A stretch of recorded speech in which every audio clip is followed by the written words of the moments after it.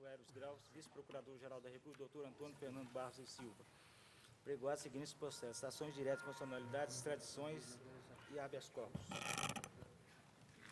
Aprovada a ata da terceira sessão extraordinária.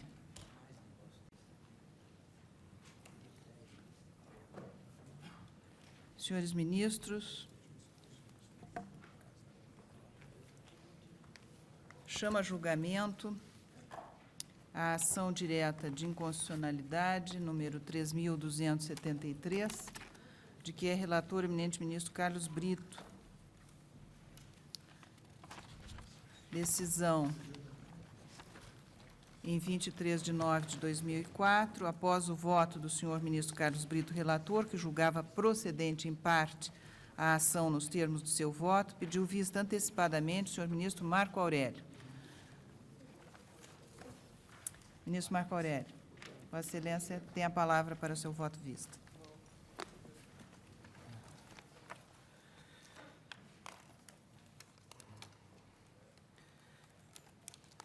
O governador do Estado do Paraná, Roberto Requião de Mello, ajuizou esta ação direta de inconstitucionalidade visando a suspensão liminar da eficácia de artigos e ou expressões da Lei 9.478, de 6 de agosto de 1997, a seguir transcritos, vindo a Corte, ao fim, a declará-los inconstitucionais. Expressão, conferindo-lhe a propriedade desses bens após extraídos, contida no artigo 26, cabeça, e o parágrafo 3º do mesmo artigo. Artigo 26. A concessão implica para o concessionário a obrigação de explorar por sua conta e risco e, em caso de êxito, produzir petróleo ou gás natural em determinado bloco, conferindo-lhe a propriedade desses bens após extraídos com os encargos relativos ao pagamento dos tributos incidentes e das participações legais ou contratuais correspondentes. Parágrafo 3º. Decorrido o prazo estipulado no parágrafo anterior, sem que haja manifestação da Agência Nacional de Petróleo, os planos e projetos considerar-se-ão automaticamente aprovados. Os incisos 1 e 2 do artigo 28. Artigo 28. As concessões extinguir-se-ão: 1, pelo vencimento do prazo contratual, e o 3, que é o inciso impugnado, juntamente com 1, pelos motivos de rescisão previstos em contrato. O inciso 1, segunda parte e parágrafo único do artigo 37. Artigo 37. O edital da licitação será acompanhado da minuta básica do respectivo contrato e indicará obrigatoriamente: 1, o bloco objeto da concessão, o prazo estimado para a duração da fase de exploração, os investimentos e programas exploratórios mínimos. Parágrafo único. O prazo de duração da fase de exploração, referido no inciso 1 deste artigo, será estimado pela Agência Nacional de Petróleo, em função do nível de informações disponíveis, das características e da localização de cada bloco. O inciso 2 e parágrafo único do artigo 43. Artigo 43. O contrato de concessão deverá refletir fielmente as condições do edital e da proposta vencedora e terá como cláusulas essenciais: 2, o prazo de duração da fase de exploração e as condições para sua prorrogação. Parágrafo único. As condições contratuais para a prorrogação do prazo de exploração, referidas no inciso 2 deste artigo, serão estabelecidas de modo a assegurar a devolução de um percentual do bloco, a critério da agência, e o aumento do valor do pagamento pela ocupação da área, conforme disposto no parágrafo único do artigo 51. Parágrafo único do artigo 51. O edital é a cabeça do artigo, o edital e o contrato disporão sobre o pagamento pela ocupação ou retenção diária, a ser feito anualmente, fixado por quilômetro quadrado ou fração da superfície do bloco, na forma da regulamentação por decreto do Presidente da República. Parágrafo único. O valor do pagamento pela ocupação ou retenção diária será aumentado em percentual a ser estabelecido pela Agência Nacional de Petróleo, sempre que houver prorrogação do prazo de exploração. Artigo 60.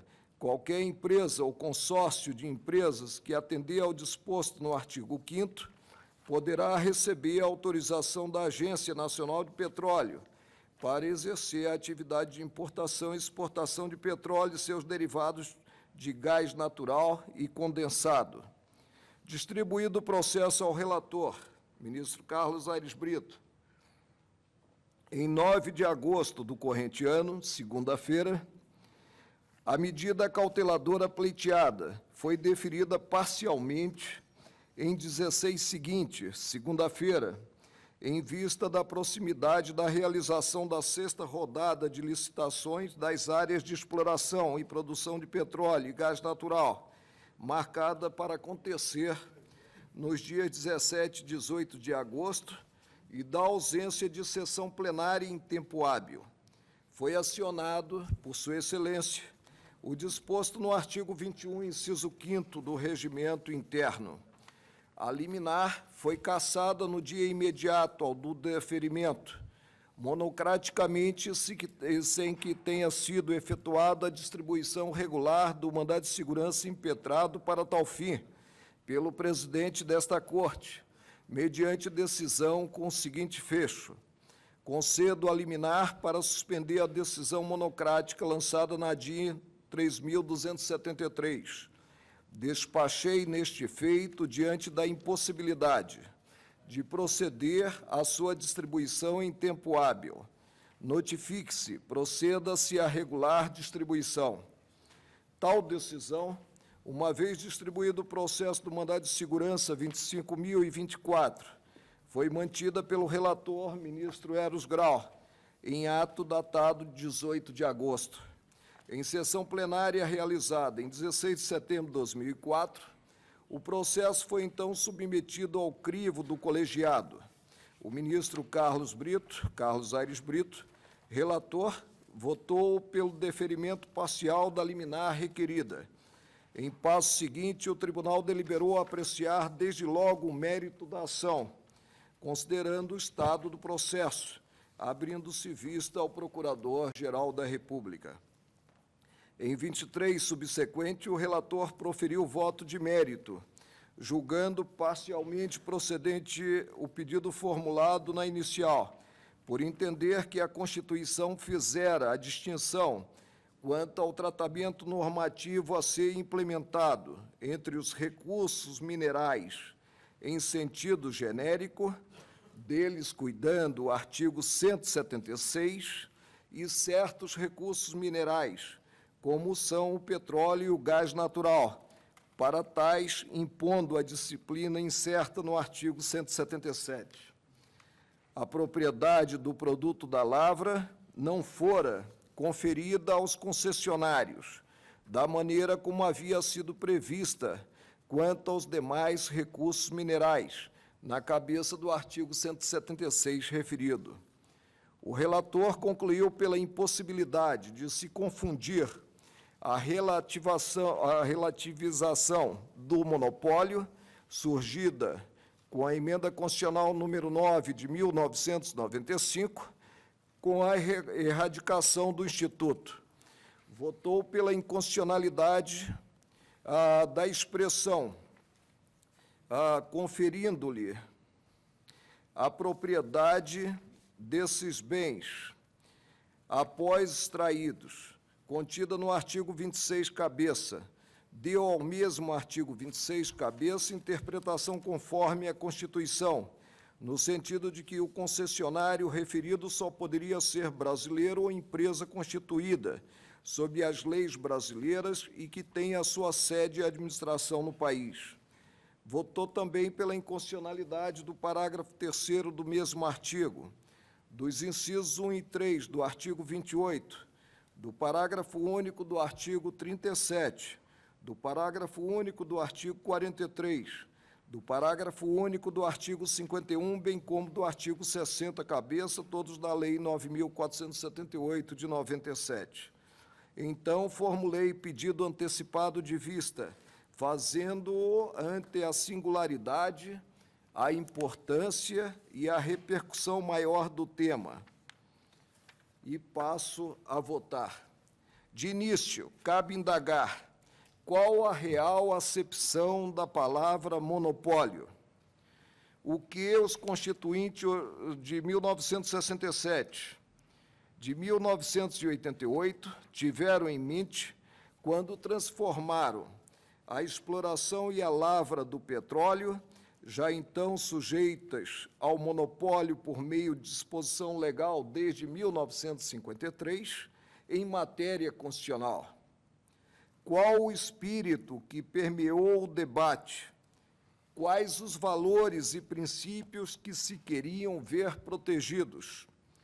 É possível a existência do monopólio, ainda que mitigado, com a transferência total da propriedade?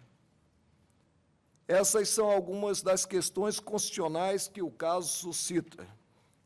O petróleo somente foi descoberto em 1859, na Pensilvânia, o que justifica o fato de não ter havido, no período colonial brasileiro, uma política específica em relação a este recurso como um mineral distinto dos demais.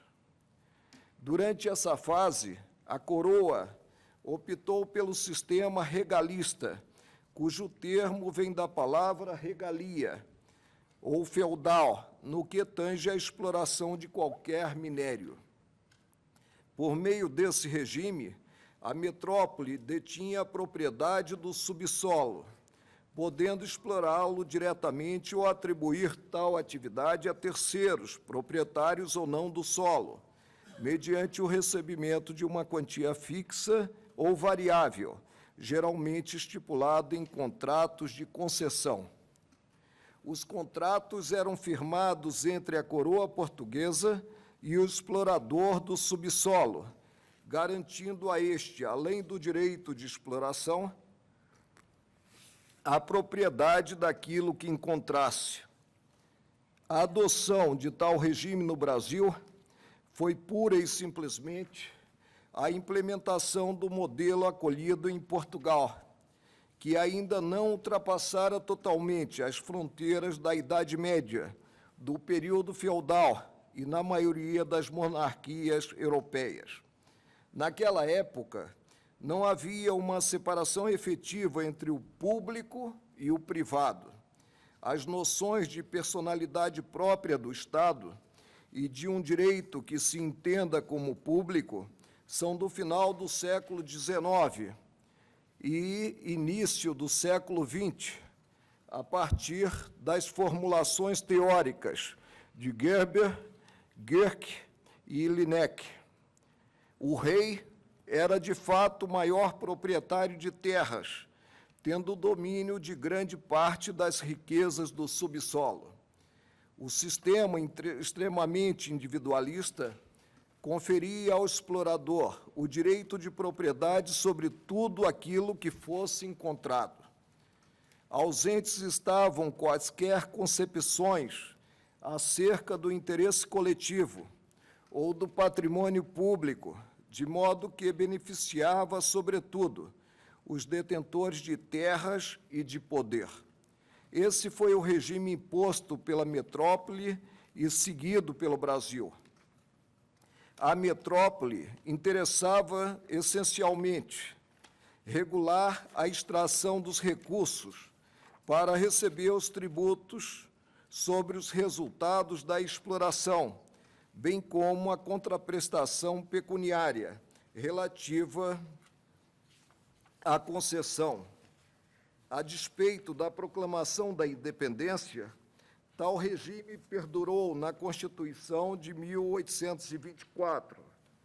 A análise desse fato é da maior importância, porque faz compreender o retrocesso que imporá a declaração de constitucionalidade da Lei 9.478, de 1997, por praticamente resgatar o modelo do sistema hegeliano, no qual aquele que explora é também o detentor da propriedade. Com a lei, restaura-se um regime que remonta à Idade Média. Se naquela época as noções de soberania remetiam ao Estado, de acordo com as clássicas lições de Baudin e Bossuet, atualmente entende-se que o titular da soberania é o povo, de modo que este é o verdadeiro titular da coisa pública e não o governante da ocasião. A situação em que se encontrava a exploração dos recursos naturais foi profundamente marcada pelo descobrimento do petróleo e pela criação, já em 1870, da Standard Oil, companhia que chegou a controlar 90% da capacidade de refino do minério nos Estados Unidos. Permita-se o trocadilho. Com a descoberta do petróleo, foi encontrada uma mina de ouro. Com a Primeira Guerra Mundial, o crescimento do comércio petrolífero logo foi aquecido pela necessidade europeia de buscar fontes de energia. O ouro negro foi essencial para desenvolver a estratégia militar dos aliados e fez surgir o mercado automobilístico norte-americano. A influência do modelo liberal estadunidense transbordou as próprias fronteiras e foi exportado para o Brasil. A Constituição Federal de 1891 consagrou o sistema de accessão lá adotado, por meio do qual o proprietário da superfície passava também a ser o proprietário do subsolo.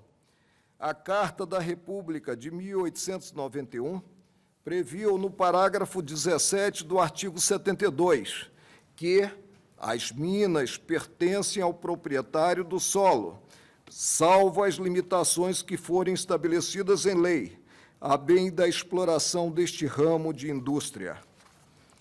Alguns poucos privilegiados detiveram a propriedade única e exclusiva dos minérios encontrados em subsolo, pelo simples fato de contarem com a sorte de possuir a propriedade da superfície. Na verdade, naquela época, não se poderia imaginar algo diverso. Em tempos de liberalismo, praticamente não se conceberia transferir ao Estado, como entidade destinada à satisfação do interesse público, a propriedade dos minérios extraídos, em virtude da apologia ao indivíduo. E mesmo no sistema regalista, quando pertenceu ora à metrópole, ora ao recém-criado Estado brasileiro, a propriedade do subsolo, esse fato, em momento algum, foi percebido como uma forma de preservar os interesses nacionais, os interesses do povo, uma vez que a propriedade foi logo transferida do Estado ao explorador, pelo regime de concessão, mais uma maneira de se angariar tributos para Portugal ou para a incipiente monarquia que nos foi deixada por herança. As primeiras limitações ao regime acessionista da Carta de 1891 surgiram em 1915, mas somente em 1921 a exploração foi regulamentada, quando se instituiu o Manifesto do Descoberto, por meio do qual o proprietário do solo detinha a preferência para explorar o subsolo. Se não a aproveitasse, teria direito a 3% do lucro líquido da exploração. Se, além disso, ainda recusasse a lavra na propriedade, o governo deveria desapropriar a área e, então, submetê-la à exploração direta ou por terceiros. A Constituição Federal de 1934 alterou essa política, no que foi seguida pela Carta de 1937. Adotou-se o sistema das autorizações-concessões para exploração dos recursos minerais. É de destacar a criação, em 1934, do Departamento Nacional de Pesquisa Mineral, como uma das iniciativas pioneiras do governo para regulamentar a exploração dos minerais. Até então, o petróleo não era tratado de maneira distinta dos demais recursos minerais, o que somente aconteceu com a criação do Conselho Nacional de Petróleo, por meio do Decreto-Lei 395, de 29 de abril de 1938. A partir daí, o petróleo passou a ser referido como um minério singular e estratégico para o país. O Departamento Nacional de Pesquisa Mineral poderia regulamentar a exploração dos demais recursos minerais, mas a política relativa ao petróleo passou a ser decidida de modo diferenciado pelo Conselho Nacional de Petróleo. Ou seja, no Brasil, data de 1938, a efetiva separação de tratamento dado ao petróleo, distinguindo-o dos demais tipos de minério. Essa questão é de suma importância frente a alguns argumentos defendidos nos memoriais distribuídos. Sustenta-se que o atual artigo 176 da Constituição Federal versa genericamente sobre todos os minerais, inclusive o petróleo, relegando-se à inocuidade o artigo 177. A separação que repousa nos artigos 177 e 176 e 177 da atual Carta remonta à década de 30, quando toda a política concernente ao petróleo passou a ser disciplinada por órgãos, entidades, leis e normas distintas das que regulavam os demais minérios. Com a assunção de Vargas ao poder, a política energética pátria alcançou grandes avanços. Nacionalista, Vargas fez inserir na Constituição de 1937 a regra de que a exploração das minas só poderia ser autorizada a brasileiros ou a empresas em que todos os acionistas fossem brasileiros. Por meio do Decreto-Lei 3.236, de 7 de maio de 1941, Vargas fez surgir o Código do Petróleo, que implicou o domínio imprescritível da União sobre as jazidas de petróleo e de gases naturais. Iniciou-se a campanha a repercutir que o petróleo pertence não a quem explora, mas ao povo brasileiro. O petróleo é nosso.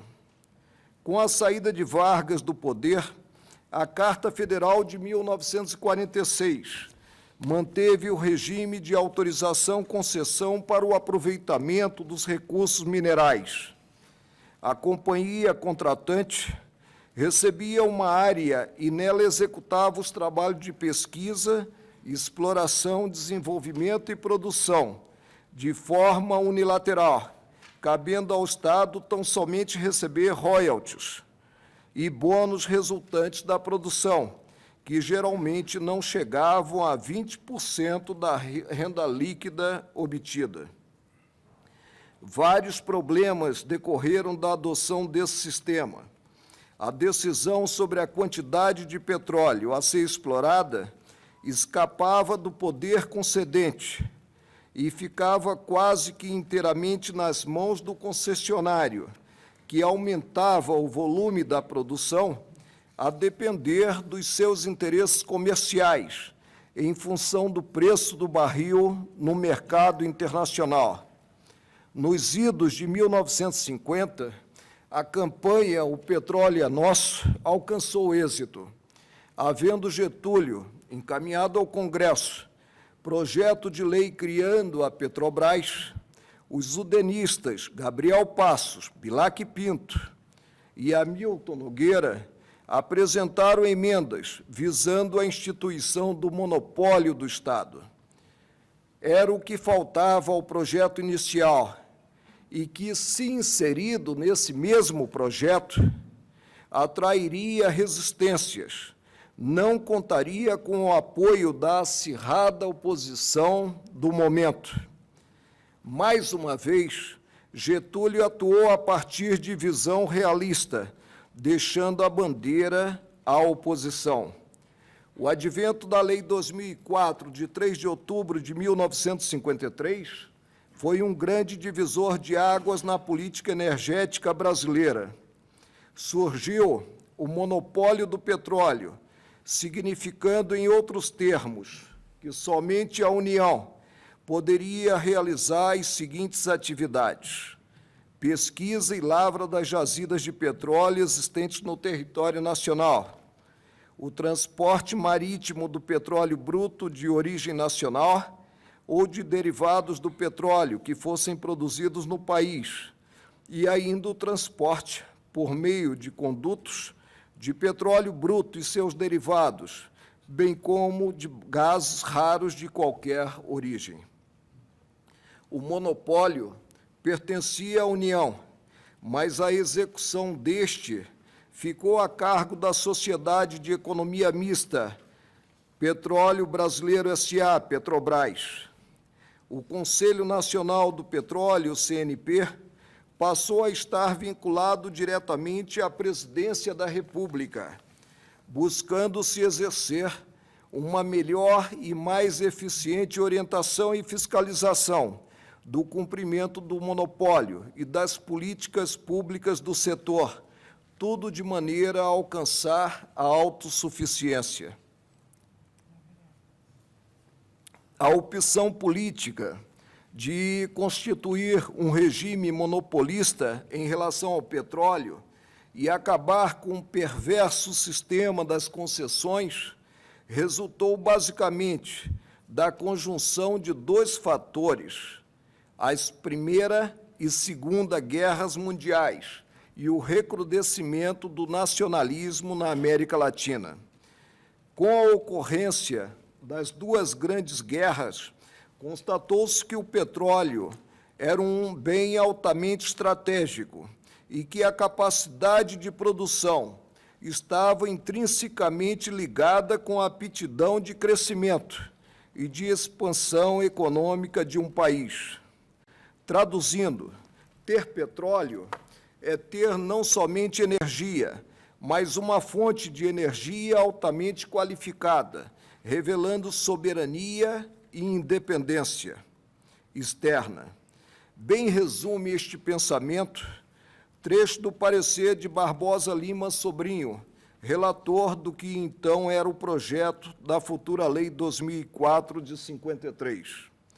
Por ser uma das principais fontes de energia, o petróleo constitui uma das riquezas básicas do país, um dos fatores de que dependem essencialmente o seu desenvolvimento e o seu progresso. Deve, portanto, ficar sob o controle do Estado, não apenas no seu aspecto patrimonial e de exploração.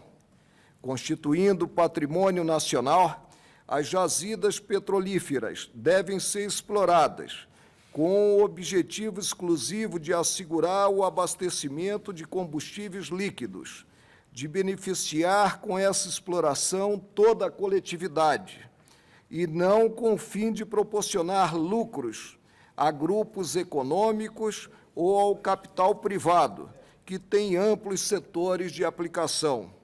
Esse postulado exclui necessariamente o regime de concessões a empresas privadas e impõe à União o dever de assumir à exploração da indústria petrolífera.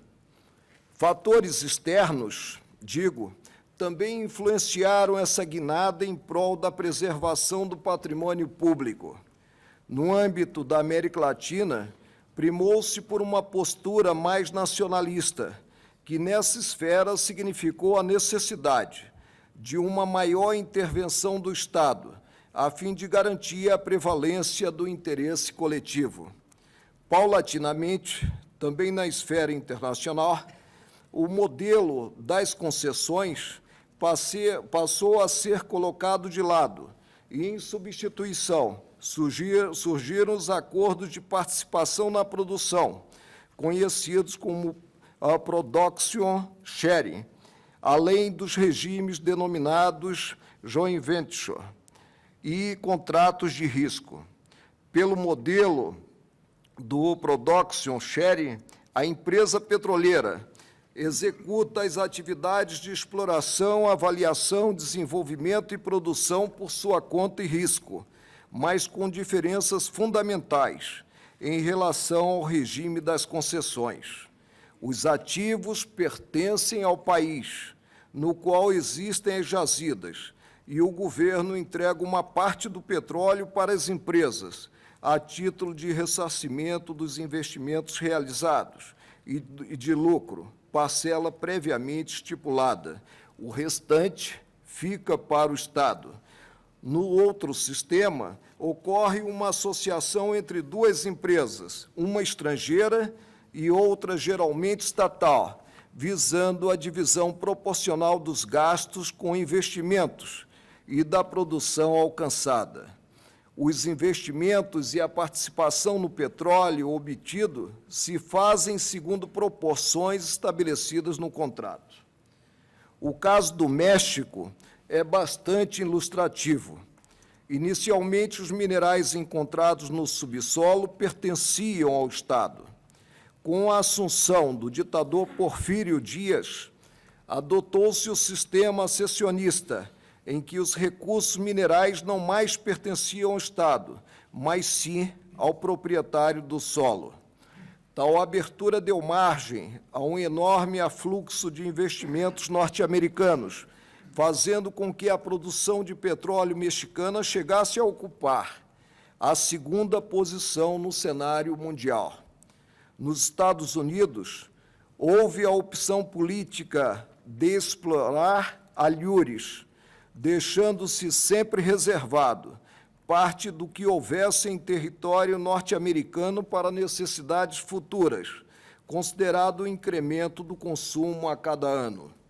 As reservas são conhecidas do governo estadunidense, mas não exploradas, constituindo-se no que se convencionou chamar reservas de petróleo estratégicas, que continuam a existir até hoje, como se pode aferir do pronunciamento de Spencer Adams, secretário de Energia daquele país, em 22 de janeiro de 1902. Aspas, o presidente George Bush se compromete a garantir que nossas reservas de emergência estarão de prontidão, e aumentá-las hoje significa a proteção para uma eventual quebra de fornecimento amanhã. A entrega do petróleo mexicano ao capital estrangeiro deu ensejo à Revolução Mexicana de 1910, cujos líderes se posicionaram contra a dependência e vinculação ao capital internacional. Em 1917, o governo revolucionário restabeleceu a propriedade do Estado sobre os recursos do subsolo, nacionalizando as companhias de petróleo mexicanas.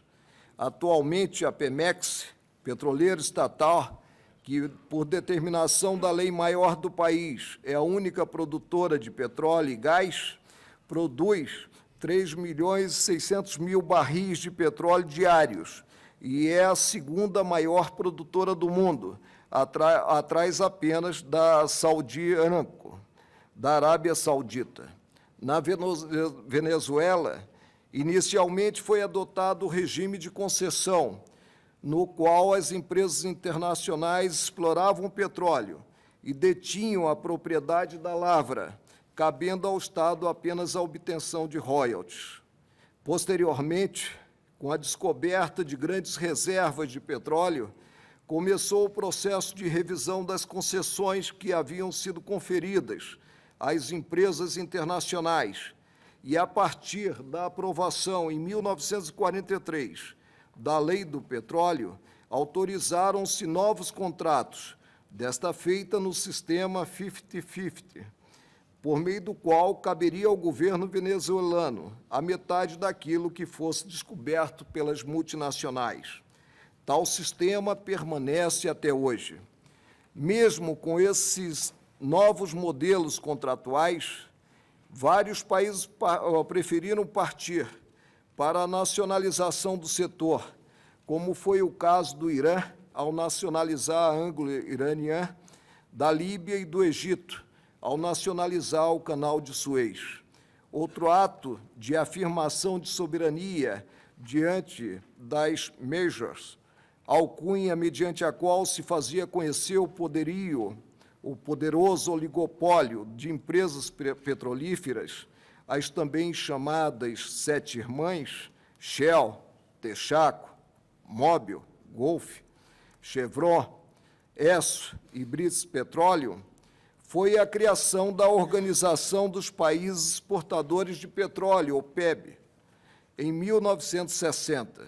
O fortalecimento da soberania nacional contra as Sete Irmãs influenciou ainda a Noruega, que, em 1972, instituiu a State Oil para explorar as jazidas do Mar do Norte. Bem comenta a transição do regime de concessões para outros regimes Paulo Valois Pires. As décadas de 40 e 50, diz ele, foram marcadas pela reação dos estados produtores de petróleo contra as concessões outorgadas às companhias internacionais. No início do século, as concessões petrolíferas abrangiam imensos territórios e os royalties pagos eram ínfimos quando comparados ao resultado obtido pelo concessionário dos campos. Com o crescimento da importância estratégica do petróleo, os estados produtores e as companhias internacionais passaram a incorporar nos contratos de concessão a política do 50-50, pela qual haveria uma distribuição igualitária dos resultados auferidos com a produção petrolífera entre as partes. O modelo foi primeiramente adotado pela Venezuela e, alguns anos mais tarde, pela Arábia Saudita, tornando-se um divisor de águas para os países produtores de petróleo. Digo, essa postura de valorização nacional foi reforçada pelas diversas resoluções aprovadas na Assembleia Geral da Organização das Nações Unidas, ONU, ao longo das décadas de 50 e 60, como a Resolução 523, de 12 de janeiro de 1952, a 626, de 21 de dezembro de 1952, a 1314, de 12 de dezembro de 1958, a 1515, de 15 de dezembro de 1960, a 1803, de 14 de dezembro de 1962, com as quais se reconheceu o direito dos Estados à soberania permanente sobre os próprios recursos minerais. Na última das resoluções referidas, chegou-se mesmo a mencionar a necessidade de recursos e riquezas naturais serem vistos como elementos básicos do direito à livre determinação dos povos, ressaltando-se a possibilidade de virem a ser reformuladas recomendações anteriores, se fosse o caso. Esses atos não surgiram no contexto internacional por acaso. Tratava-se de uma resposta à influência quase coercitiva que as grandes empresas petrolíferas exerciam para tentar impor o regime de concessão aos países produtores de petróleo, regime este que terminava por lhes garantir lucros fenomenais. As condições estabelecidas nos contratos de concessão beiravam a expoliação de países já subdesenvolvidos, como foram exemplos o Irã e a Indonésia, quando o pagamento dos royalties girou em torno de $1,65 por tonelada de óleo extraído. Pode-se afirmar que uma das razões para a política nacionalista implementada no governo Vargas em relação à Petrobras foi a necessidade de criar uma empresa estatal forte o suficiente para fazer frente às 7 irmãs, o que parece ter funcionado. A Petrobras é atualmente a 20ª companhia do mundo. Foi uma das maneiras encontradas por Vargas para não se submeter ao imperialismo que estava se instaurando, em se tratando de exploração de petróleo, para não ter de obedecer a uma estrutura de mercado fortemente concentrada, dominada por cartéis, com imponentes barreiras ao ingresso dos novos concorrentes, preços previamente estipulados e divisão antecipada das áreas de exploração entre as empresas cartelizadas. Na América Latina, atualmente, também correm ventos estatizadores. Na Bolívia, em setembro de 2004, o presidente Carlos Mesa enviou ao Congresso Nacional um projeto de lei que modifica os royalties pagos pelas petroleiras, aumentando-os de 18% para 50%, e que altera o regime de venda do petróleo, passando a ficar a cargo da petroleira estatal, Petrobolívia. Na Argentina, os planos são de criação de uma petroleira estatal, fortalecendo a intervenção no setor. No Peru, o governo de Alejandro Toledo traça estratégias para fortalecer a estatal Petroperú, não contemplando novas privatizações no setor energético. No Brasil, o processo de nacionalização do petróleo atingiu o ápice com a alçada do monopólio da pesquisa e da lavra à categoria de norma constitucional, na década de 60. A partir de então, o tratamento diferenciado conferido ao petróleo, em comparação com os demais recursos minerais, que havia surgido desde a instituição do Conselho Nacional de Petróleo em 1938, passa a ter sede constitucional, como se pode depreender da leitura dos artigos 161 e 162 da Carta Política de 1967. Artigo 161. As jazidas, minas e demais recursos minerais e os potenciais de energia hidráulica constituem propriedade distinta da do solo para o efeito de exploração ou aproveitamento industrial. Parágrafo 1º. A exploração e o aproveitamento das jazidas, minas e demais recursos minerais e dos potenciais de energia hidráulica dependem de autorização ou concessão federal, na forma da lei, dada exclusivamente a brasileiros ou a sociedades organizadas no país. Parágrafo 2º. É assegurada ao proprietário do solo a participação nos resultados da lavra, quanto às jazidas e minas cuja exploração constituir monopólio da União, a lei regulará a forma da indenização. Parágrafo 3º. A participação referida no parágrafo anterior será igual ao dízimo do Imposto Único sobre Minerais. Parágrafo 4º. Não dependerá de autorização ou concessão o aproveitamento de energia hidráulica de potência reduzida. Artigo 162. A pesquisa e a lavra de petróleo em território nacional constituem monopólio da União, nos termos da lei. Não foi diferente o tratamento dado à matéria pela Emenda Constitucional número 1 de 1969, e transcrevo o artigo 168 e o artigo 169, que repetem praticamente o 161 e o 162 da Carta de 67, para efeito de documentação. Outro modelo surgido como alternativa ao sistema das concessões foi revelado pelos contratos de risco. Como leciona Tadeu Andrade da Cunha, a preservação dos interesses dos países produtores passou a exigir a busca de um regime de exploração que conciliasse a necessária participação de grupos econômicos multinacionais com a manutenção da soberania do Estado, provocando o surgimento dos contratos de risco. Digo, os acordos não significaram a implementação de uma única forma contratual. As cláusulas variavam de país para país, conforme a política por eles adotada.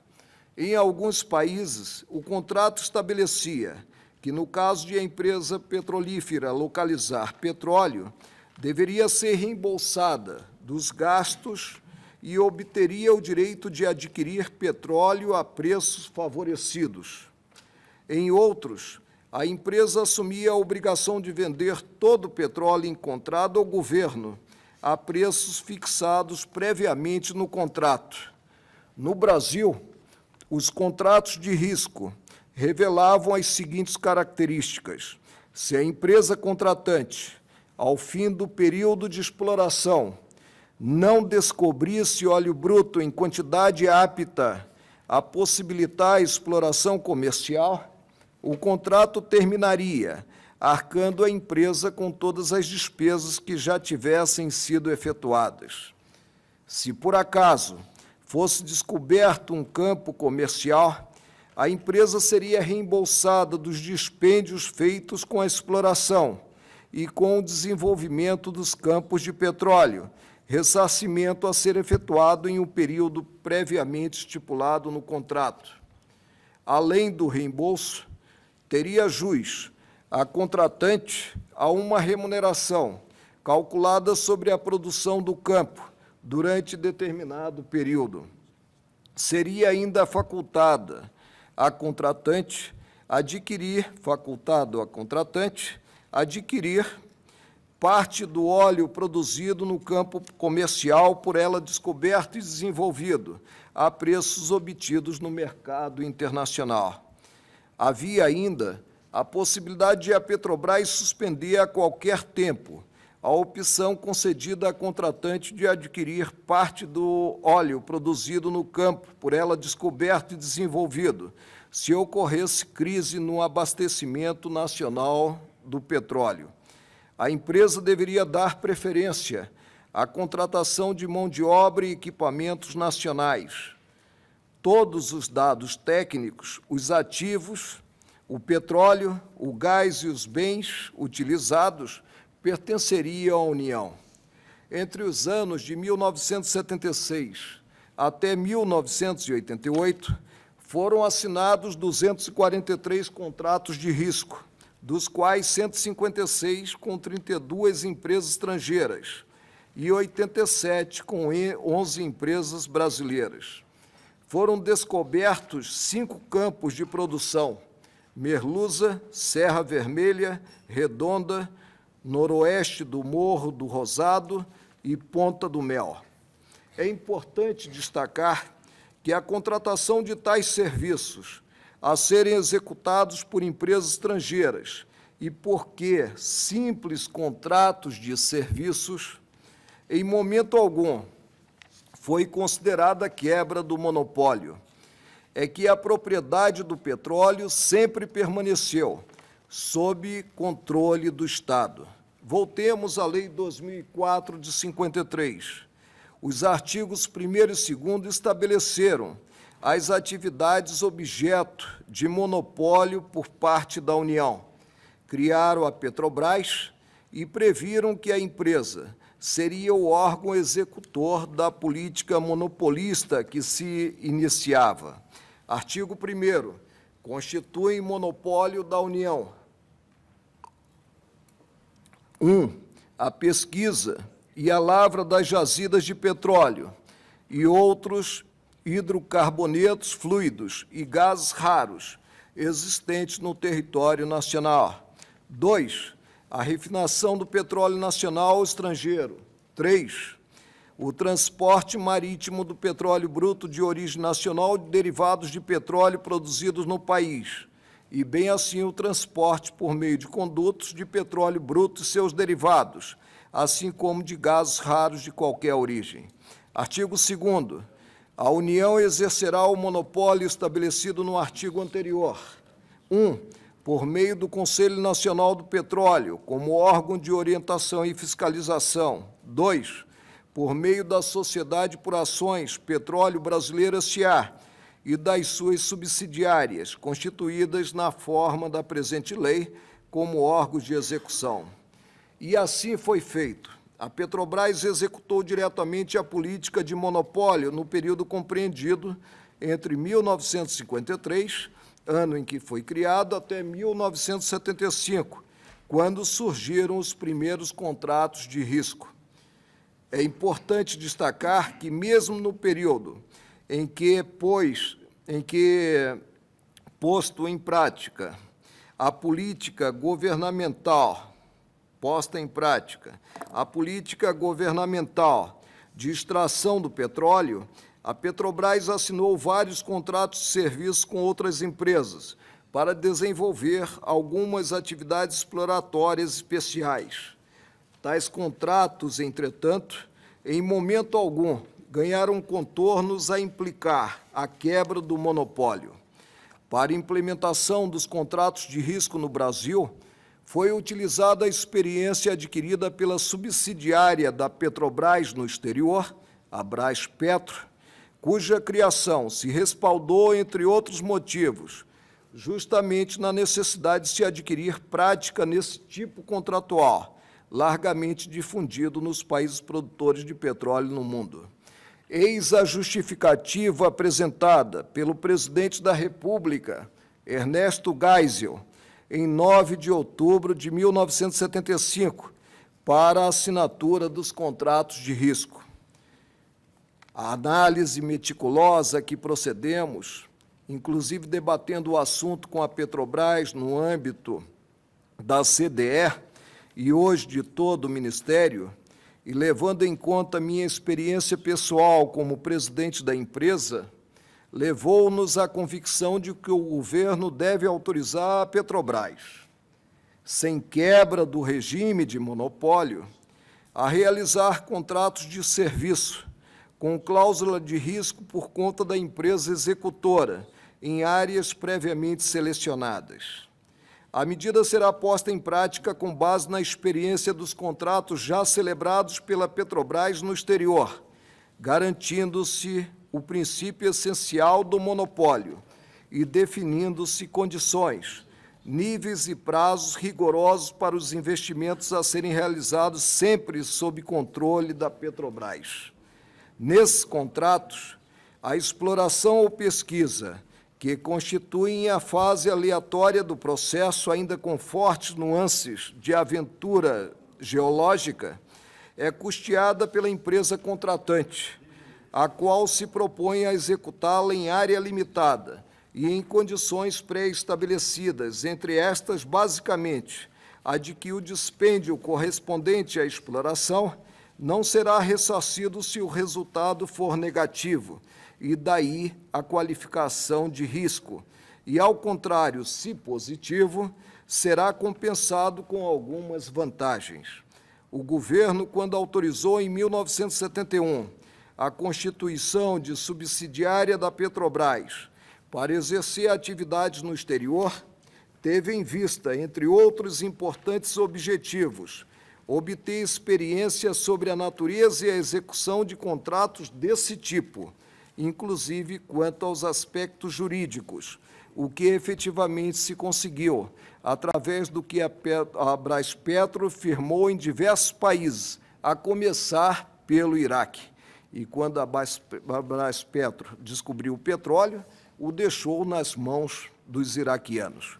Por fim, cabe frisar que esses contratos não implicarão reduzir ou violar o monopólio atribuído à Petrobras, pois constituirão, de fato, uma modalidade de execução indireta, realizada no âmbito da empresa, sob a sua jurisdição e pleno controle. E, mesmo assim, nas eleições gerais de 1982, certo partido, à época de oposição, cunhou palavra de ordem compondo o total de 12, com o seguinte teor: com os contratos de risco, os tubarões pouco arriscam e muito petiscam. A conveniência de se firmar em contratos de risco decorreu da grande alta que o petróleo teve na década de 70, quando houve um aumento médio de 128% no preço do barril, associado ao fato de que, no Brasil, estávamos vivenciando uma fase de intenso crescimento, conhecida como o milagre brasileiro. O nosso PIB, em 1973, aumentou em 11,4%, índice até hoje não superado. Esse progresso estava atrelado à necessidade de mais energia, e a nossa balança comercial começava a demonstrar um desequilíbrio muito grande devido à constante importação de petróleo. Era preciso achar mais reservas, extrair mais petróleo das nossas jazidas para que ficássemos desvinculados do mercado externo e pudéssemos equilibrar as nossas finanças públicas. O interessante é constatar que a referida alta de petróleo, na verdade, significou a subida do barril de $3 para $11, apenas para traçar um paralelo entre o que acontecia naquela época e o que hoje vivemos. Na década de 70, vigorava o monopólio e a alta do preço do barril de $3 para $11, associada a desequilíbrios constantes na balança comercial, fez-nos adotar o regime de contratos de risco, a fim de podermos agilizar o processo de pesquisa e de lavra do petróleo. Atualmente, o Brasil está a um passo da autossuficiência, a ser plenamente atingida em 2006. Produz-se 90% daquilo que se consome e, em 2006, chegar-se-á aos 100%. No mercado externo, a alta do petróleo é assustadora. O barril do óleo cru, negociado no dia 25 de outubro de 2004, na Bolsa Mercantil de Nova York, atingiu a marca de $55. Nesse mesmo dia, foi divulgada a notícia de que a nossa balança comercial acumula um superávit na ordem de 27 bilhões. A despeito de todo esse panorama favorável ao resguardo de nossas reservas de petróleo, encontrando-se novas jazidas e explorando-as ou não, a depender da necessidade do abastecimento do mercado interno, guardando-se as jazidas que forem localizadas para eventuais necessidades futuras, se por acaso o consumo nacional já estiver garantido, a perdurar o modelo imposto pela Lei 9.478 de 97, estar-se-á transferindo a propriedade do petróleo para as empresas exploradoras, e o que é pior, por meio de contratos firmados com prazo muito longos, de quase 3 décadas. A questão que permanece duvidosa é: se for alcançada a autossuficiência, da maneira como se espera em 2006, o que se fará com o petróleo que exceder as necessidades internas? Será exportado e, com isso, o Brasil receberá o ínfimo pagamento de 10%, podendo, inclusive, chegar a 5%, a depender dos riscos geológicos, expectativas de produção e outros fatores pertinentes, conforme dispõe o parágrafo 1º do artigo 47 da Lei 9.478/97, a título de royalties, acrescido de mais umas migalhinhas previstas no artigo 45 da citada lei. Ficará o país sem reservas ou com poucas para o futuro? Esta posição, longe de ser desarrazoada ou fruto de um nacionalismo histérico, reflete a política atual do governo norte-americano. Os Estados Unidos possuem a maior reserva estratégica de petróleo, implementada desde a crise de 1973 e 74. O presidente norte-americano, George Bush, chegou recentemente a ordenar que as reservas atuais fossem ampliadas e que atingissem a capacidade máxima em 2005. O Departamento de Energia estadunidense permanece com a política de, a qualquer preço, extrair petróleo em outras regiões e manter as reservas norte-americanas intactas, sob o inaceitável argumento de que as jazidas se encontram muito profundas e que seriam de difícil exploração. A Assembleia Constituinte de 1988 foi marcada pelas crises internacionais do petróleo e pelo receio de que os contratos de risco pudessem prejudicar os interesses da nação. Daí, na redação original, a previsão normativa relacionada à exploração dos recursos minerais em geral, artigo 176, e do petróleo em particular, artigo 177. Artigo 176. As jazidas em lavra ou não e demais recursos minerais e os potenciais de energia hidráulica constituem propriedade distinta da do solo, para efeito de exploração ou aproveitamento, e pertence à União, garantida ao concessionário a propriedade do produto da lavra.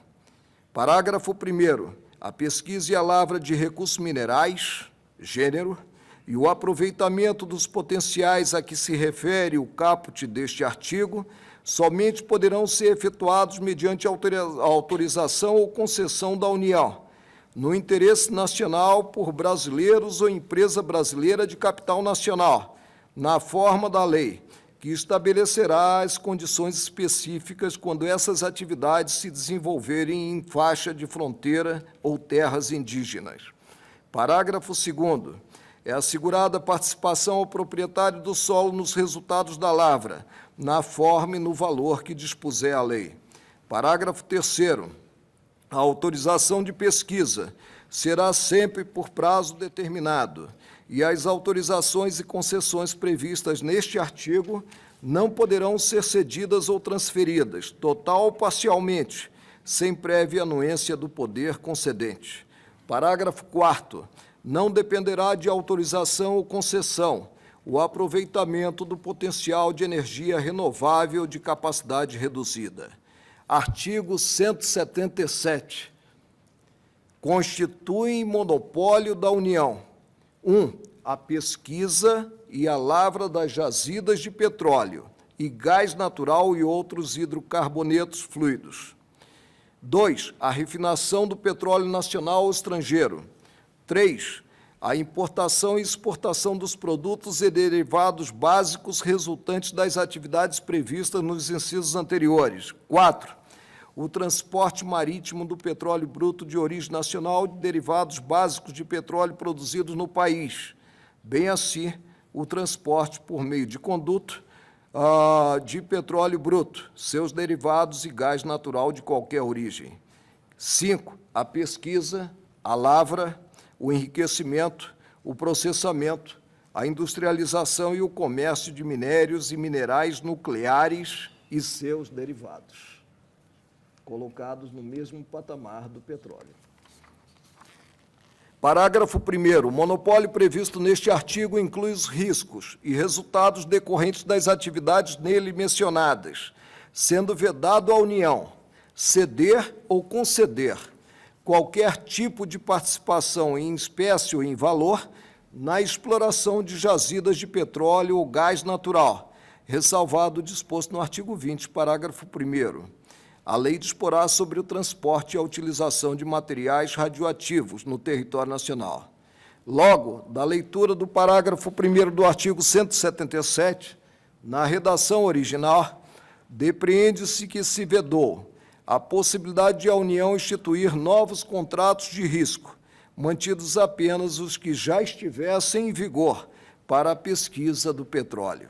Além disso, fez-se ressalva, no artigo 45 do ato das disposições transitórias, as refinarias em atuação no país ficaram excluídas da previsão do monopólio. Esboçada essa visão, é chegada a hora de algumas considerações sobre o que vem a ser entendido como monopólio. Tal conceito sempre esteve associado a uma atividade empresarial, mas que não pode ser confundido com simples autorização administrativa, na qual a administração pública aquisece com o exercício de uma conduta eminentemente privada, que é implementada no interesse particular e submetida a controle apenas para verificar se não há qualquer tipo de gravame ao interesse público.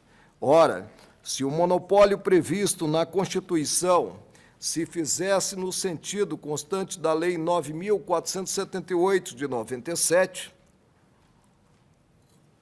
de fato, não haveria mais qualquer tipo de monopólio, e sim mera autorização administrativa, porque ao governo caberia tão somente fiscalizar a execução das atividades por particulares, de modo a que tais condutas, desenvolvidas no interesse privado e com o fim de atender ao particular, não viessem a ofender o interesse público.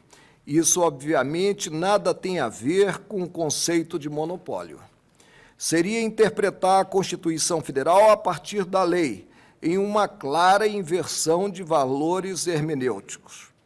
O conceito de monopólio, em sua origem, é de natureza econômica e significa dizer que alguém possui o controle exclusivo do comércio de certa mercadoria. Poder-se-ia afirmar, admito, que monopólio não conduz necessariamente ao controle de toda a propriedade do bem, de modo que mesmo quem detém a atividade monopolizada poderá dispor de parte dessa propriedade. Bem diversa, entretanto, é a situação prevista na cabeça do artigo 26 da Lei 9.478, de 97, por meio da qual se pretende transferir totalmente a propriedade do petróleo aos particulares, aos concessionários. Esse regime não se coaduna com o monopólio estabelecido constitucionalmente, porque retira da União qualquer ingerência sobre a propriedade do bem, passando apenas a regular a atividade exercida pelos particulares. Repita-se, monopólio não se confunde com autorização administrativa, porque a finalidade daquele é garantir a atuação de acordo com o interesse coletivo, preservando o interesse público, enquanto que esta é exercida no interesse eminentemente privado. A emenda constitucional número 9, de 95, ao alterar disposição constitucional, deu nova redação ao parágrafo 1º e inseriu o atual parágrafo 2º, a saber, parágrafo 1º, a União poderá contratar com empresas estatais ou privadas a realização das atividades previstas nos incisos 1 a 4 deste artigo, observadas as condições estabelecidas em lei. Parágrafo 2º, a lei que se refere ao parágrafo 1º disporá sobre a garantia do fornecimento dos derivados de petróleo em todo o território nacional, as condições de contratação, a estrutura e atribuições do órgão regulador do monopólio da União. Em momento algum, houve quebra do monopólio, mesmo porque a própria redação do artigo 177, cabeça, remete a tal fato, norteando o sentido jurídico constitucional do parágrafo. O monopólio continua pertencendo à União. Apenas a partir da emenda constitucional número 9, a execução desse monopólio deixou de ser realizada com exclusividade pela Petrobras, de modo que atualmente pode ser efetuada por outras empresas, mediante contrato de prestação de serviços. Eis o sentido da expressão: a União poderá contratar com empresas estatais ou privadas a realização das atividades previstas nos incisos 1 a 4 deste artigo, observadas as condições estabelecidas em lei, contida no parágrafo 1º do artigo 177, cujo comando encerra o núcleo, o monopólio. Essa nova modalidade operacional longifica de implicar quebra do monopólio.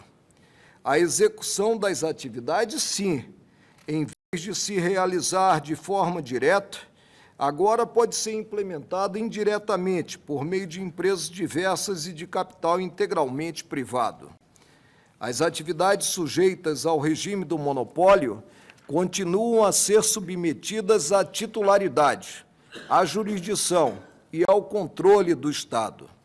Isso significa que, terminada a fase de pesquisa e de exploração, uma vez descoberto o campo, a contratante já prestou o serviço para o qual foi contratada, podendo ser retirada da área ou nela continuar, sem a perda pela União da propriedade alcançada. A forma de contraprestação devida à empresa particular é, de fato, uma escolha política. O argumento de que, se não fizermos contrato de concessão com transferência total da propriedade do bem, não haverá empresas candidatas a explorar, porque o risco da atividade é muito grande, é falacioso e não se coaduna com a verdade.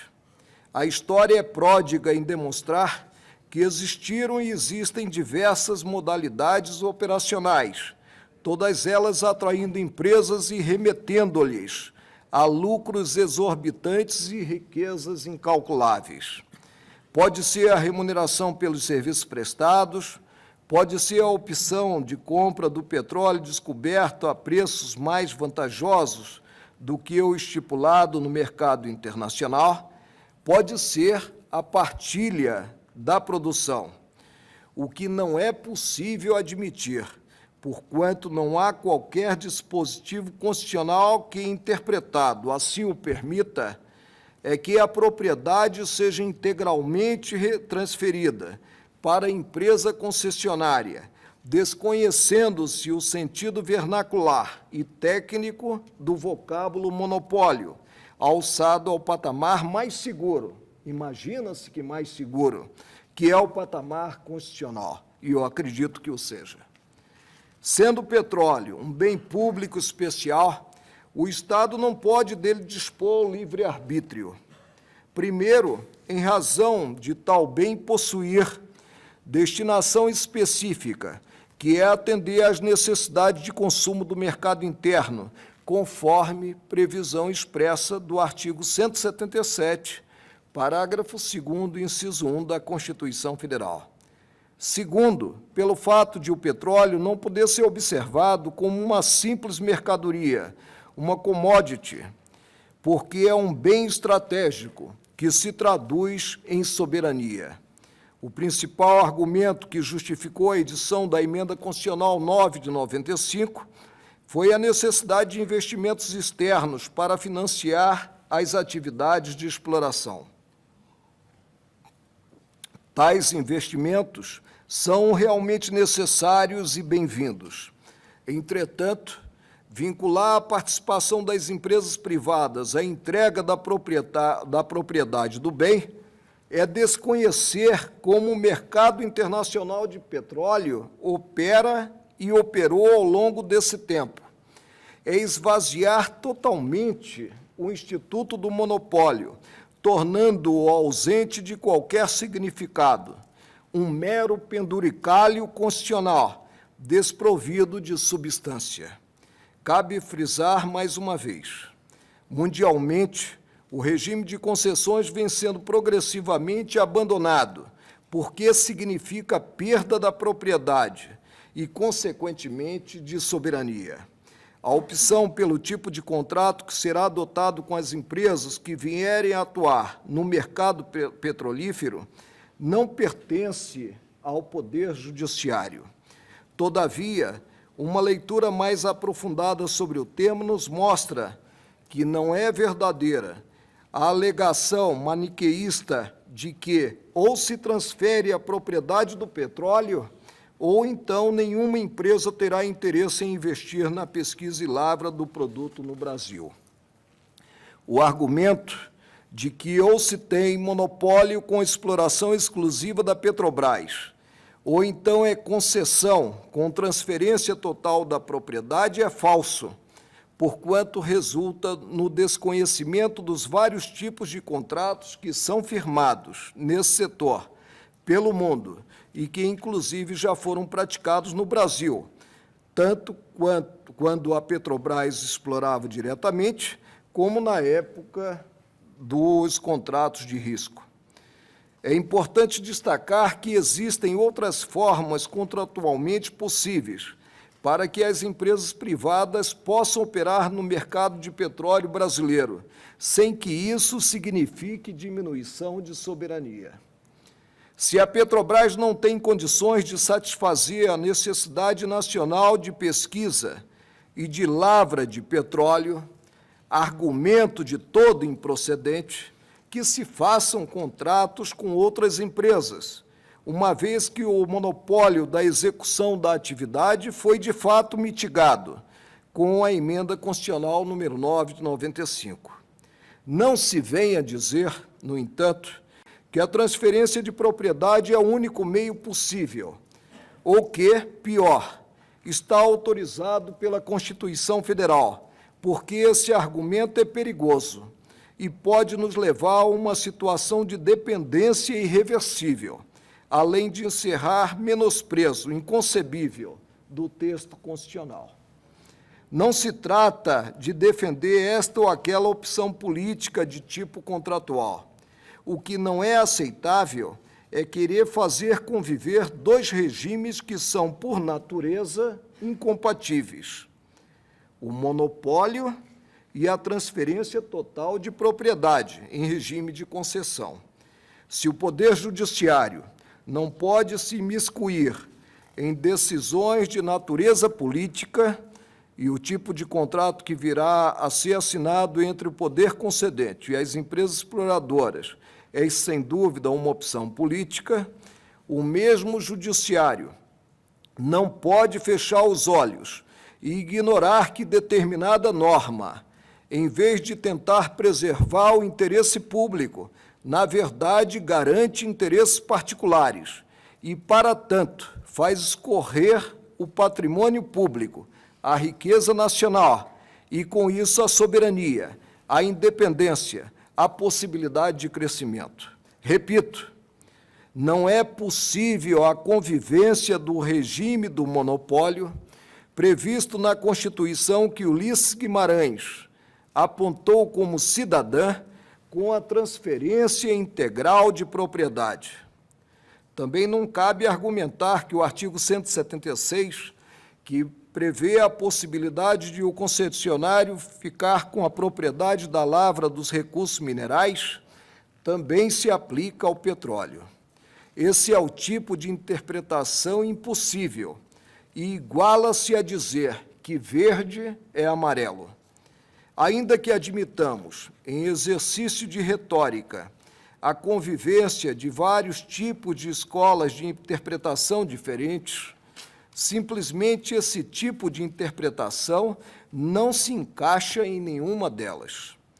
Pelo método da evolução histórica, constatamos que o petróleo é tratado de maneira autônoma desde 1938 e que, constitucionalmente, essa separação vem da Carta de 1967.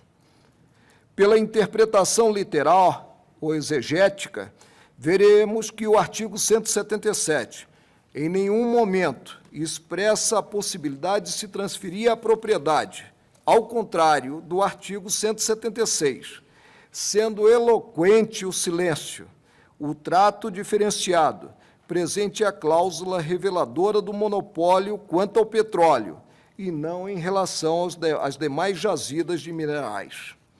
Pela interpretação sistemática, aliada do princípio da unidade constitucional, é comum afirmar-se que a Constituição Federal é um todo uno de preceitos, que possuem a mesma importância normativa, de maneira que não se pode adotar na interpretação axiomas da anterioridade ou da generalidade, para que se faça prevalecer um dispositivo sobre o outro. Seria o 176 em relação ao 177. Aliás, pela leitura dos debates ocorridos no Senado Federal, relativos ao que então era o projeto da futura Lei 9.478, de 97, e registrado no diário daquela casa, percebe-se que senadores se manifestaram no sentido de assentar a diferença de tratamento existente entre o artigo 176 e 177 da Constituição Federal, apenas este se aplicando ao petróleo e não o anterior. A emenda número 12 ao projeto da referida lei foi apresentada pelo então senador e hoje governador do estado do Ceará, Lúcio Alcântara, e versava sobre a necessidade de alteração da cabeça do artigo 26, por entender que não se coadunava a transferência de propriedade para o concessionário com o monopólio da União sobre o petróleo. Esclarecedores foram os argumentos despendidos nos debates que antecederam a aprovação daquela lei, pelo então senador José Eduardo Dutra, um dos líderes do Partido dos Trabalhadores na época e atual presidente da Petrobras. Disse Sua Excelência: procuramos reafirmar que o monopólio é da União. Lembramos aos senhores senadores que a combinação da redação do artigo 26 com o artigo 60 dará um poder absurdo a possíveis empresas que aqui virão explorar petróleo, por exemplo, na Bacia de Campos, e que depois terão todo o poder de exportá-lo.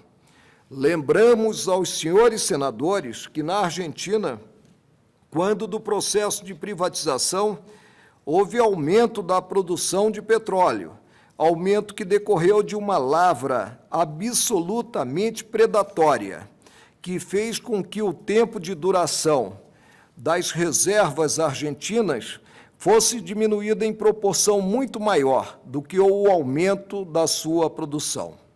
A combinação do artigo 26, como está redigido, com o artigo 60, permite que uma empresa exploradora de petróleo, independentemente das necessidades do Brasil, produza a quantidade de petróleo que quiser, sem se preocupar com a manutenção das reservas e depois o exporte. Portanto, senhor presidente, senhores e senhoras senadores, entendemos que a redação do artigo 26, como está proposto pelo nobre senador Lúcio Alcântara, repõe aquilo que era dito quando da defesa da flexibilização do monopólio do petróleo, ou seja, que o monopólio continua nas mãos da União. Portanto, sem qualquer ranço, sem qualquer concepção atrasada, arraigada, entendemos que essa emenda está de acordo com tudo aquilo que foi dito até aqui, quando da votação da mudança do artigo 177 da Constituição, que trata do petróleo. Por isso, encaminhamos, disse José Eduardo Dutra, não sei se eu diria hoje, encaminhamos favoravelmente a esta emenda do senador Lúcio Alcântara, do PSDB. Em síntese, presidenta, pensaram juntos o Partido da Social-Democracia Brasileira e o Partido dos Trabalhadores de outrora, o que, entretanto, não foi suficiente. A emenda 12 ao projeto de lei não conseguiu ser aprovada, mas obteve todos os votos do que, na ocasião, estavam em oposição ao governo de Fernando Henrique Cardoso. O memorial entregue pela Advocacia Geral da União quer fazer crer que aquilo que a Constituição Federal expressamente não proibiu está permitido. Ora, isso é presumir o teratológico. Se desde 1938 o petróleo é tratado de maneira separada dos demais minérios, se desde 1953 o monopólio instituído significou ter controle do produto da lavra, e ainda se, na Lei Maior de 67, esse monopólio foi alçado à condição de norma constitucional, fato este que se repetiu na Emenda Constitucional número 1 de 69 e na Carta da República de 1988, na redação original, e na redação conferida pela Emenda Constitucional número 9 de 95, somente o hermeneuta mais criativo pode agora dizer, a partir de uma técnica de interpretação totalmente desprovida de qualquer embasamento, seja histórico, teleológico, sistêmico, literal, que a Constituição Federal autoriza a convivência do monopólio da União e da transferência total de propriedade do petróleo para quem o explore. Esse regime de transferência de propriedade no Brasil somente era possível antes do monopólio, jamais depois dele. Quando analisado o contexto histórico em que as coisas aconteceram, percebe-se justamente o oposto. O monopólio surgiu em oposição ao regime de concessão, no qual havia transferência de propriedade. E ainda há outros óbices notados quando se examinam os incisos 5 e 9 do artigo 20 da Constituição Federal de 1988, que assim prevêem: são bens da União. 5. Os recursos naturais da plataforma continental e da zona econômica exclusiva. 9. Os recursos minerais, inclusive os do subsolo. O petróleo, dessa forma, é um bem público, por pertencer à União. Entretanto, não pode ser considerado um bem público dominical, uma vez que, diferentemente de tal classe de bens, possui destinação pública específica. Cumpre analisar a cabeça do artigo 173, presente o inteiro teor do artigo 177 da Constituição Federal. Ressalvados os casos previstos nesta Constituição, a exploração direta de atividade econômica pelo Estado só será permitida quando necessária aos imperativos da segurança nacional ou a relevante interesse coletivo. E aí nós temos o parágrafo 2º, inciso 1. A lei a que se refere o parágrafo 1º disporá sobre a garantia do fornecimento dos derivados de petróleo em todo o território nacional. O bem público dominical ou dominial é justamente aquele que não tem afetação a um destino público específico. É próprio do Estado como objeto de direito real, enquadrando-se no conceito de patrimônio disponível. Eli Lopes Meirelles bem os define. Bens dominiais ou do patrimônio disponível são aqueles que, embora integrando o patrimônio público como os demais, deles diferem pela possibilidade sempre presente de serem utilizados em qualquer fim, ou mesmo alienados pela administração, se assim o desejar. Daí porque recebem também a denominação de bens patrimoniais disponíveis, ou de bens do patrimônio fiscal. Tais bens integram o patrimônio do Estado como objeto de direito real ou pessoal, isto é, sobre eles a administração exerce poderes de proprietário, segundo os preceitos de direito constitucional e administrativo, na autorizada expressão de Clóvis Bevilacqua. Ora, digo, Classificar o petróleo como bem público dominical significaria dizer que a União poderia dispor dessa propriedade sempre que bem entendesse, ou ainda que poderia aliená-la sempre que desejasse, observados necessariamente os requisitos previstos em lei. Este não é o alcance fidedigno da Carta de 1988, que a todos submete. Da leitura da cabeça do artigo 173 da Constituição Federal, depreende-se que a exploração direta da atividade econômica pelo Estado somente pode ocorrer quando for necessária aos imperativos de segurança nacional ou de relevante interesse coletivo.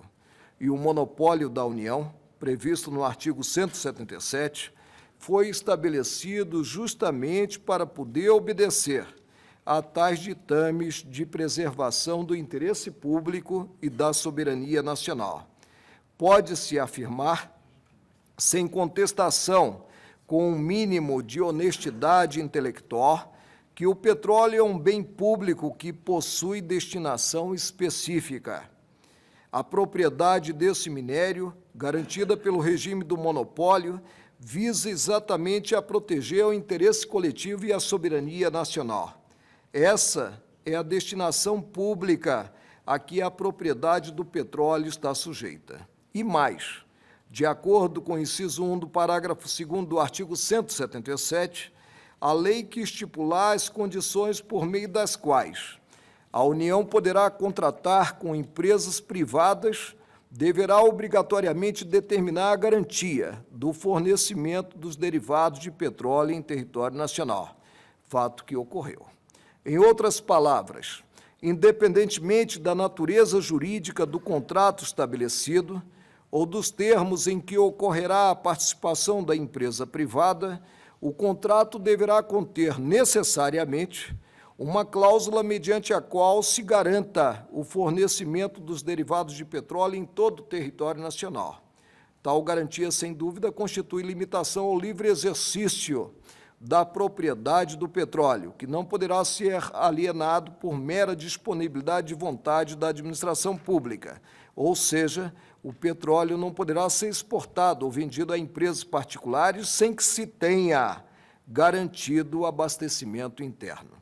Neste ponto, destaco o fato de a Constituição Federal apenas mencionar que a União poderá contratar com empresas particulares ou privadas para a realização das atividades previstas no artigo 177, parágrafo 1º, mas não determina que isso ocorra por meio de contratos de concessão, o que somente foi estabelecido pela Lei 9.478, de 97, cujo artigo 5º dispõe: as atividades econômicas de que trata o artigo anterior serão reguladas e fiscalizadas pela União e poderão ser exercidas mediante concessão ou autorização por empresas constituídas sob as leis brasileiras, com sede e administração no país.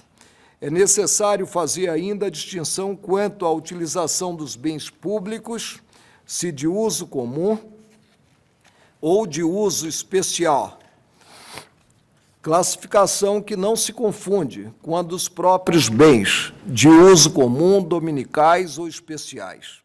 O uso dos bens públicos será comum ou ordinário, quando utilizado para os fins inicialmente previstos, de acordo com os objetivos e a destinação primeira. Como exemplo, pode-se citar o uso das vias para tráfego de veículos ou de universidades para aulas e palestras. De outra maneira, a utilização dos bens públicos poderá ser especial, ou seja, quando a destinação do bem fugir àquela finalidade propedêutica, em casos em que houver alteração no destino final do bem. O professor Celso Antônio Bandeira de Mello explica melhor.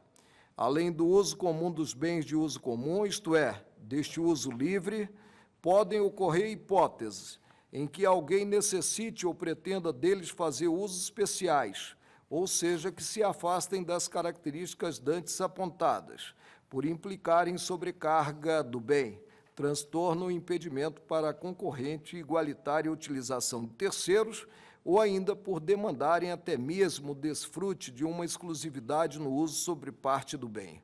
Em tais situações, ora será indispensável a prévia manifestação administrativa concordante, autorização de uso ou permissão de uso, ora será necessário dar prévia ciência à administração de que se pretende fazer determinada utilização de um certo bem público de uso comum, para que o poder público possa vetá-la, se for o caso.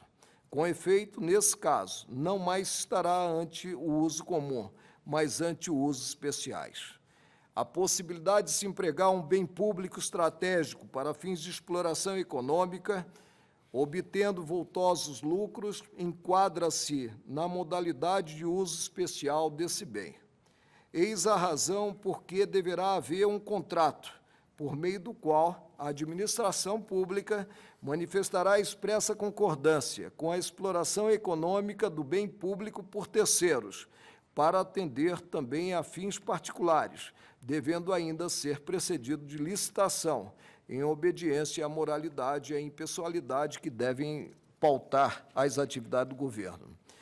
Em sendo assim, conclui-se que o petróleo é um bem público especial, que pode ser explorado pela União diretamente, caso de uso comum, ou por empresas particulares, hipótese de uso especial. A flexibilização decorrente do regime monopolista, ocorrida com a promulgação da Emenda Constitucional número 9 de 1995, permitiu que a execução da atividade não mais ficasse a cargo de apenas uma empresa, a Petrobras, e sim que pudesse ser compartilhada com outras empresas privadas, mas sempre no intuito de preservar o interesse público.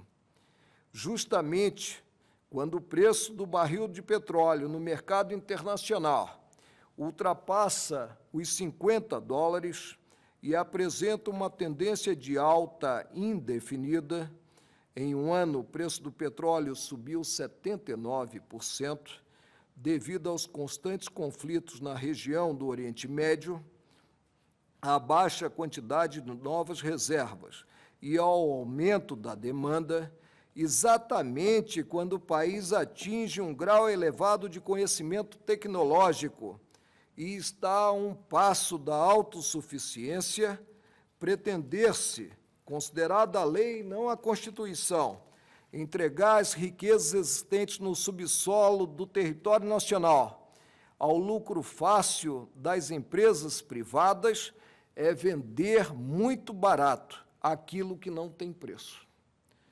Para aqueles que acreditam o aumento da produção de petróleo de 2% a 6% entre os anos de 97 a 2002, ano em que foi sancionada a Lei 9.478, apenas a abertura do mercado e a participação das empresas privadas, recente reportagem da época, de 25 de outubro de 2004, na seção Época Negócios, tem o condão de desmistificar essa interpretação dos acontecimentos.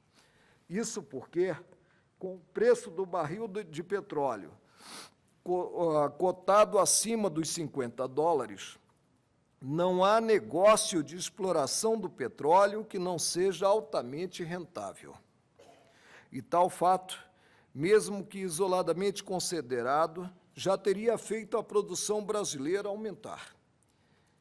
Em 2001, o preço imaginado pelas empresas, Petrobras inclusive, para calcular os riscos e os lucros da exploração, havia sido de $18 o barril. Todavia, pouco tempo depois, o produto já vale mais que o dobro, gerando lucros estrondosos. Antes da alta do petróleo, as reservas de difícil exploração, com mais de 1.500 metros de profundidade, mesmo já identificadas e delimitadas, não eram exploradas de imediato, porque os custos de produção não eram compensados na venda. Diferentemente, no período de alta constante em que o produto se apresenta no mercado, até as reservas que não eram consideradas prioridade começam agora a ser exploradas. Qualquer campo passa a valer a pena, com o preço do produto nos patamares atuais. A própria Petrobras informa que cerca de 20 descobertas que estavam aguardando desenvolvimento entraram em operação devido à fantástica alta dos preços. É de ressaltar o ponto de vista daqueles que participam ativamente desse negócio.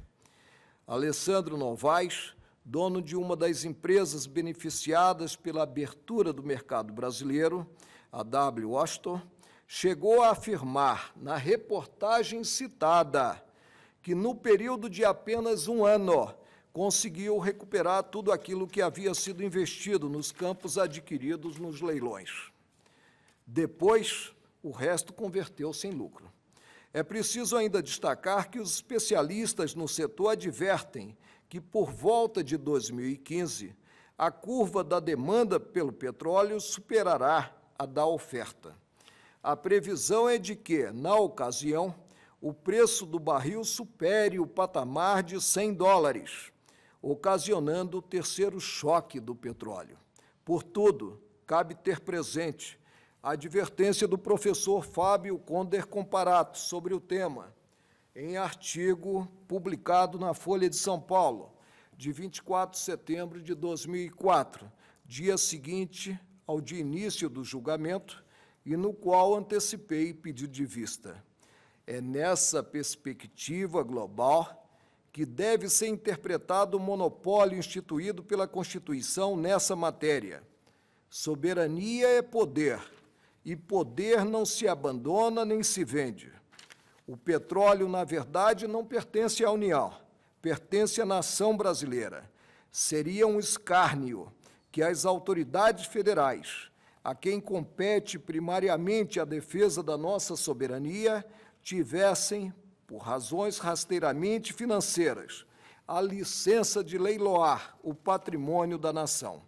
Ao fim, nunca é demais relembrar as palavras proferidas por Cristóvão Buarque, ao referir-se, ainda que indiretamente, ao tema, e que já veiculei neste plenário quando apreciada a ação direta de inconstitucionalidade 2399 sobre a Amazônia, considerado o título para todos os brasileiros.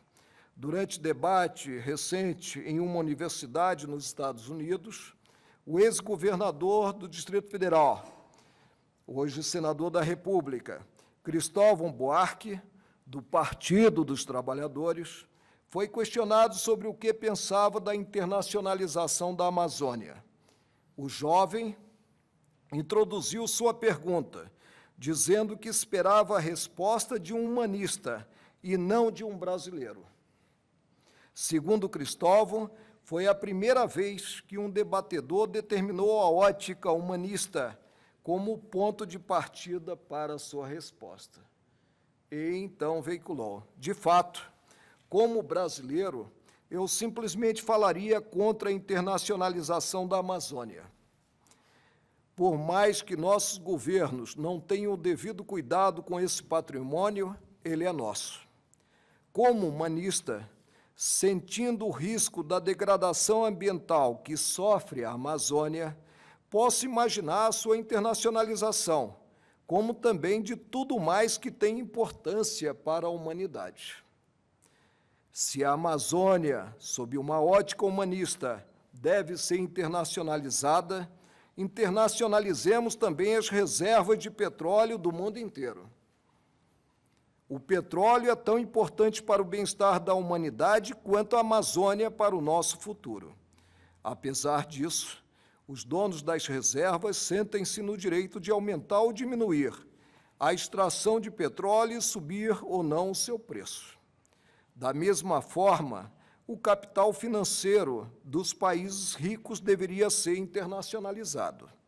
Se a Amazônia é uma reserva para todos os seres humanos, ela não pode ser queimada pela vontade de um dono ou de um país. Queimar a Amazônia é tão grave quanto o desemprego provocado pelas decisões arbitrárias dos especuladores globais. Não podemos deixar que as reservas financeiras sirvam para queimar países inteiros na volúpia da especulação. Antes mesmo da Amazônia, eu gostaria de ver a internacionalização de todos os grandes museus do mundo. O Louvre, Cristóvão Buarque, em Universidade Americana. O Louvre não deve pertencer apenas à França. Cada museu do mundo é guardião das mais belas peças produzidas pelo gênio humano.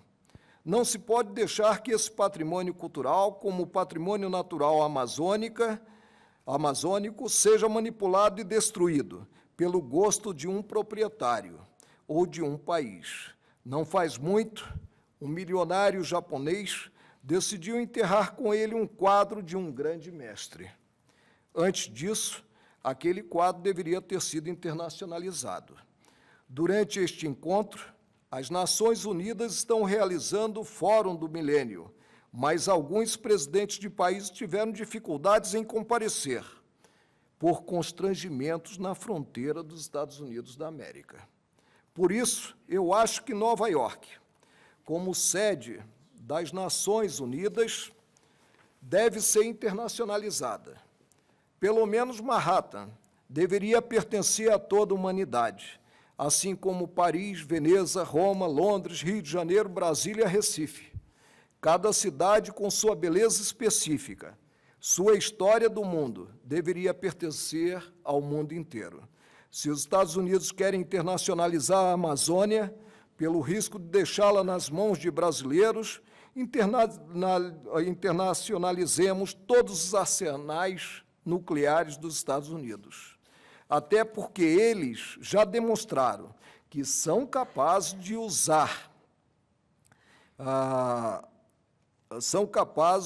usar essas armas, provocando uma destruição milhares de vezes maior do que as lamentáveis queimadas feitas nas florestas do Brasil. Nos seus debates, os atuais candidatos à presidência dos Estados Unidos têm defendido a ideia de internacionalizar as reservas florestais do mundo em troca da dívida. Comecemos usando essa dívida para garantir que cada criança do mundo tenha a possibilidade de ir à escola.